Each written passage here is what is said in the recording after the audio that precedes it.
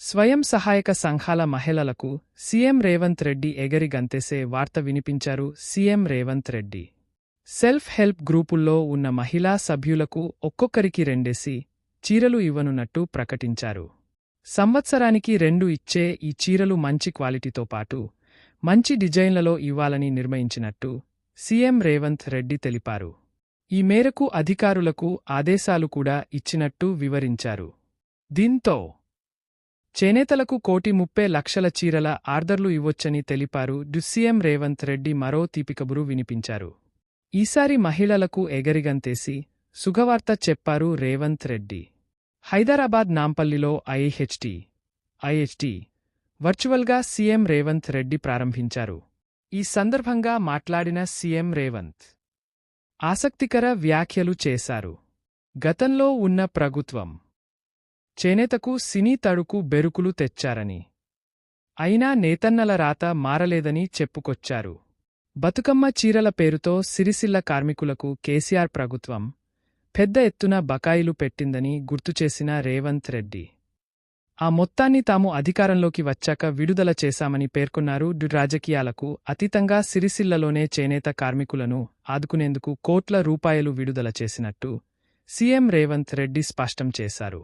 ఒకవేళ బతుకమ్మ చీరల పంపిణీ ఆపేస్తే పవర్ లూమ్స్, హ్యాండ్ లూమ్స్ కార్మికులు నష్టపోతారని అధికారులు తన దృష్టికి తీసుకొచ్చినట్టు గుర్తు చేశారు. అయితే గత ప్రభుత్వంలో ఆడపడుచులకు అందజేసిన బతుకమ్మ చీరలు కట్టుకునేంత నాణ్యతగాని, పెట్టాల్సినంత పెట్టుబడిగాని పెట్టలేదని రేవంత్ రెడ్డి వివరించారు.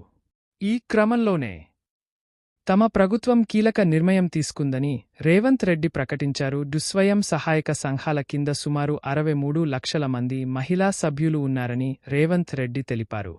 ఈ 63 లక్షల మంది సభ్యులకు మంచి డిజైన్తో సంవత్సరానికి ఒక్కొక్క ఆడపడుచుకు 2 చీరలు ఇవ్వాలని నిర్ణయించినట్టు స్పష్టం చేశారు.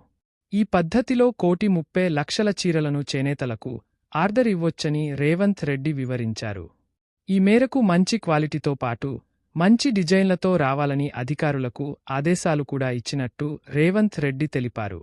తమ ప్రభుత్వంపై మహిళా లోకం చూపిస్తున్న ప్రేమాభిమానాల వల్లే స్వయం సహాయక సంఘాల మహిళలకు సంవత్సరానికి 2 చీరలు ఇవ్వాలన్న నిర్ణయాన్ని ప్రభుత్వం తీసుకుందని సీఎం రేవంత్ రెడ్డి ప్రకటించారు. మరోవైపు చేనేత కార్మికులకు కూడా సీఎం రేవంత్ రెడ్డి శుభవార్త వినిపించారు. చేనేత కార్మికులకు ఒక్క అన్నగా అండగా ఉంటానని తెలిపిన రేవంత్ రెడ్డి రైతులకు చేసినట్టుగానే నేతన్నలకు కూడా రుణమాఫీ చేస్తామని ప్రకటించారు. వెంటనే అధికారులకు ఆదేశాలు కూడా ఇస్తున్నట్టు రేవంత్ రెడ్డి తెలిపారు. చేనేతకు చేయూత పథకం కింద 290 కోట్ల రూపాయలు సహా నేతన్నల కోసం పెండింగ్ బిల్లులు కలిపి మొత్తంగా రూ. 335 కోట్ల విడుదల చేస్తున్నట్టు రేవంత్ రెడ్డి ప్రకటించారు.